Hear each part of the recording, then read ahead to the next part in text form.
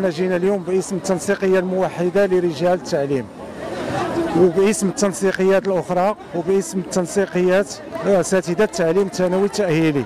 جيت اليوم كنحيي جميع الاستاذات والاساتذه اللي جاوا في هذه الوقفه هذه. هذه الوقفه اللي الغرض ديالها هو اسقاط النظام الاساسي المجحف، النظام الاساسي اللامحفز، النظام الاساسي اللي التراجعي. حنا جينا اليوم باش نعبروا على الصوت ديالنا من اجل اسقاط هذا النظام، او على الاقل من اجل تعديل بعض البنود المجحفه. اذا حنا هنا راه كتشوفوا كتسمعوا الصوت ديال الاساتذه اللي كان اتحاد، وكما كنقولوا في الاتحاد قوه، لانه كل كان هذا النظام عادل ومزيان كان ما غادي يخرجوا كاملين.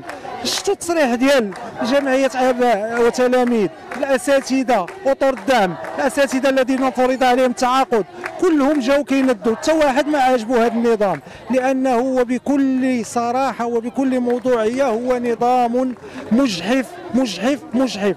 وحنا جينا اليوم باش نهضروا اولا على الكرامه ديال الاستاذ. الوزير اجتمع مع ولكن راه ما عطى حتى شي حل. اش دار؟ اجل حتى الاثنين الجاي عاد غادي يعطي داكشي اللي قالوا لي النقابات، وما قالش لينا حنا بعدا كاينه اصلا داكشي اللي بغينا واش تقال ولا ما تقالش.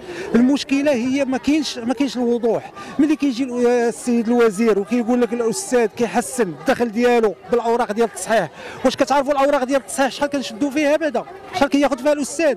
راه الاستاذ المخير ما كيفوتش 75 درهم، 60 درهم، 70 درهم في السنه كامله. واش هذه هي اللي غتحسن انت في نظرك الوضعيه ديال الاستاذ؟ ملي كنهضروا على الاساتذه الذين فرض عليهم التعاقد وكتقول لي ادماج، وملي كنجي في النظام الاساسي كنلقى ما كاين لا ادماج لا والو. ملي كتجي كتهضر لي على تحديد ساعات العمل تحدد بقرار من السلطات المخول لها، اذا انا هنا ما بقيتش محدد لي اوقات العمل. الوضوح، بغينا الوضوح. ملي كتقول لي المهام، مزاوله المهام لزوما، هذا الاستاذ هذا واش غادي يقري؟ واش غادي يدير البستانه؟ واش غيدير الانشطه؟ واش غادي يحضر؟ واش غادي يوجد الامتحانات؟ واش غادي يحرسها؟ واش غادي يصححها؟ واش غيهيئ الدروس ديالو؟ واش غيدي معاه الدفاتر يصححهم في الدار؟ اذا هنا راه غنولي روبو، ما غاديش نبقى استاذ. زياده في الاجور راه مطلب ديال عموم الموظفين. واش كاين شي موظف دابا ما كيطالبش بالزياده في الاجور؟ واش كاين شي مستخدم ما كيطالبش بالزياده الاجور؟ الزياده الاجور هي وسيله للعيش. حنا المطلب ديالنا هو الكرامه. الكرامه كما قلتها، الكرامه ثم الكرامه، ماشي الزياده في الاجور هي اخر ما نتكلم عنه. وحنا دابا ملي كنخرجوا راه كيقتطعوا لينا، اذا حنا الا كنا خايفين على الفلوس علاش غادي نخرجوا؟ اولياء الاباء حنا معاكم، حنا راه ما كرهناش ليكم، حنا راه كنهضروا على الحقوق ديالنا.